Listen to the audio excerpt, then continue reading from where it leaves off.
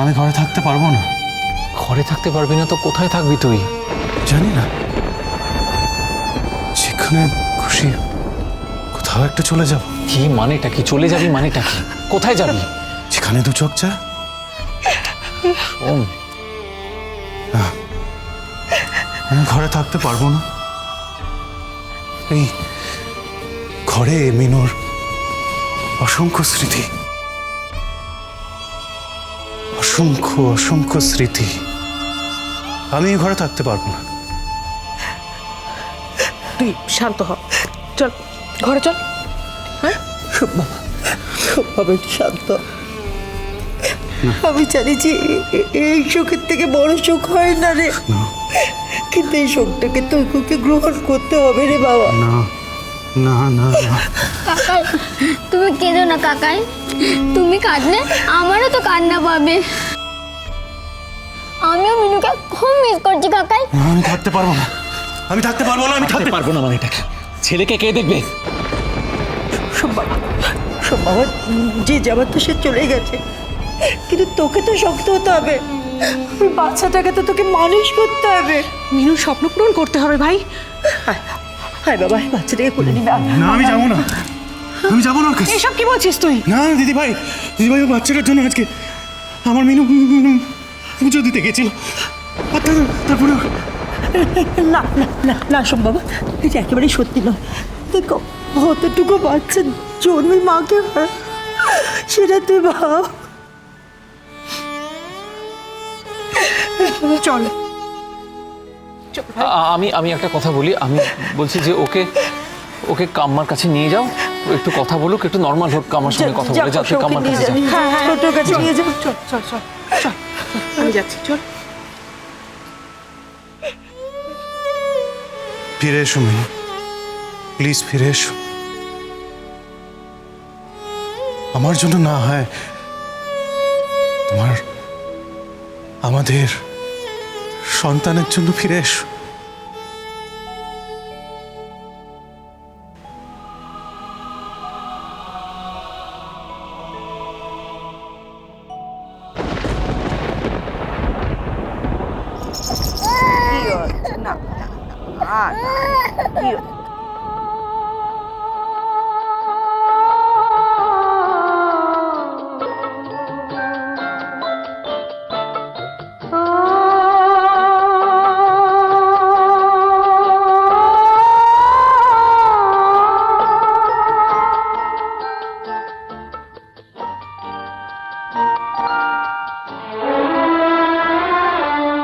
হাজার তারার আলোয় ভরা চোখের তারা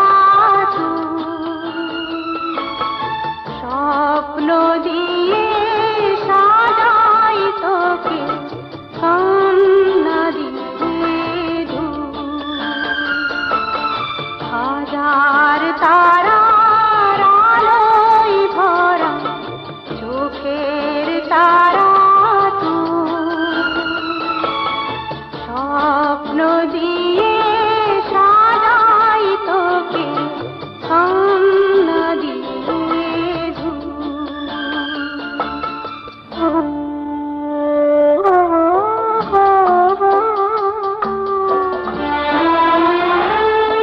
এমন নয়ন মনে ফেলে কেমন করে যে যায়, যেদিকে যাই সেদিকে আজ আধার দেখি তার। এখন আমার এ পথ ছাড়া আর তো নেই কিছু,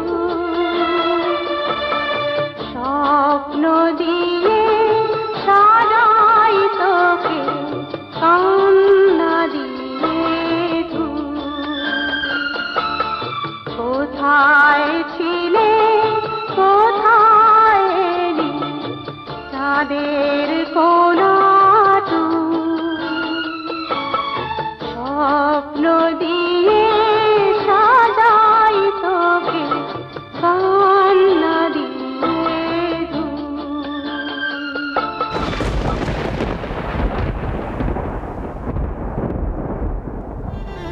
সোম, সময় আয় দেখবি, আয় তোর ছেলে কি বদমাইশি করছে।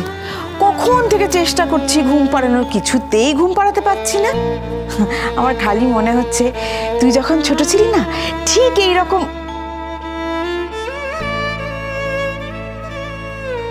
কি হলো সোম?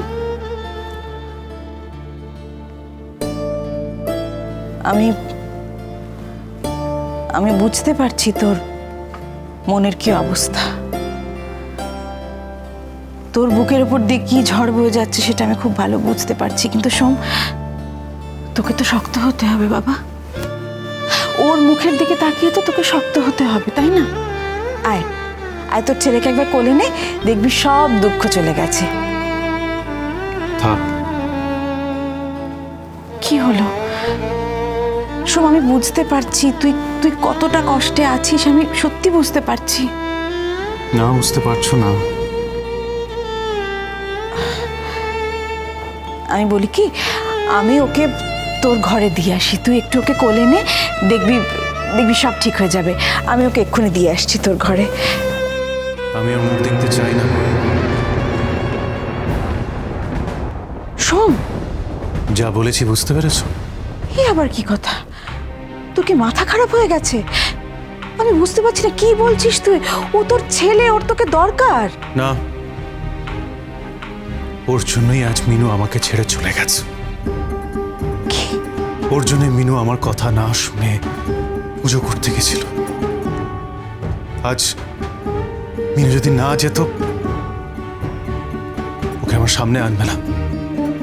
ওকে আমি সহ্য করতে পারছি না।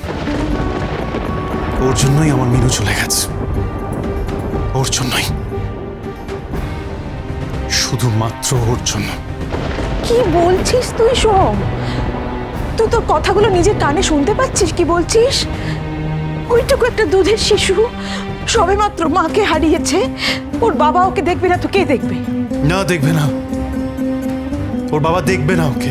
যতক্ষণ না মিনু ফিরে আসে ততক্ষণ আমি ওর মুখ দেখতে চাই না। ওকে আমি সহ্য করতে পারছি না। ওকে যদি আমি কিছু করে ফেলি, না, ওকে আমার সামনে আনবে না। আস্তে কথা বলো সোম। তুমি কি বলছো আমি বুঝতে পারছি না। আমি বুঝতে পারছি তোমার কষ্ট হচ্ছে, কিন্তু এই কথাগুলো এখন তুমি কি করে বলছো? আর একটা কথা বলছি সোম, কিছু মনে করো না। মিনু যতদিন ছিল তাকে তুমি দুদণ্ড শান্তিতে থাকতে দাওনি। আর আজ যখন সে নেই তখন তার জন্য হাহুতাশ করছো, তার শেষ চিহ্নকে অস্বীকার করছো তুমি। না, পারছি না, একদম পারছি না। আমি কিছুতেই বলতে পারছি না যে আমার হাজার বারণ করার সত্ত্বেও মিনু মন্দিরে পুজো দিতে গেছিল, সেটা ওই বাচ্চাটার জন্য। সোম, তুমি পাগল হয়ে গেছো। মিনুর সুখে পাগল হয়ে গেছো তুমি। একদম ঠিক বলেছো মা, আমি পাগল হয়ে গেছি। আমার মাথা কাজ করছে না। তাই ওকে আমার সামনে আর এনো না। আমি হাত জোর করে তোমায় বলছি, ওকে আমার সামনে এনো না। আমি সত্যি কিছু করে ফেলবো। আমায় একটু সময় দাও, একটু সময় দাও। ও তো মিনুর খুব প্রিয়। তোমরাই ওকে বড় করো, আমার সামনে এনো না। বাবাকে ছাড়াও ও কি করে বড় হবে সোম? কেন? যেভাবে আমি বড় হয়েছি, ওকে আমার সামনে এনো না মা।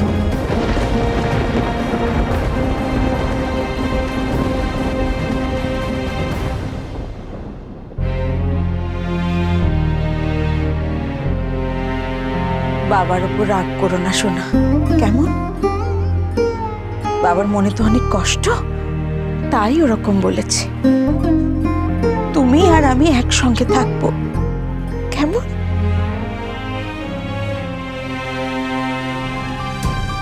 তুমি আজ বেশ খুশি হয়েছ না? হ্যাঁ, বেশ খুশি। দেখো, আজ এই সোমনাথ পাল যে তোমার কাছ থেকে আজ পর্যন্ত কিচ্ছু চাইনি, হয়তো তোমাকে সেই অর্থে মানেও নি, সে তোমার কাছ থেকে কিছু চাইছে।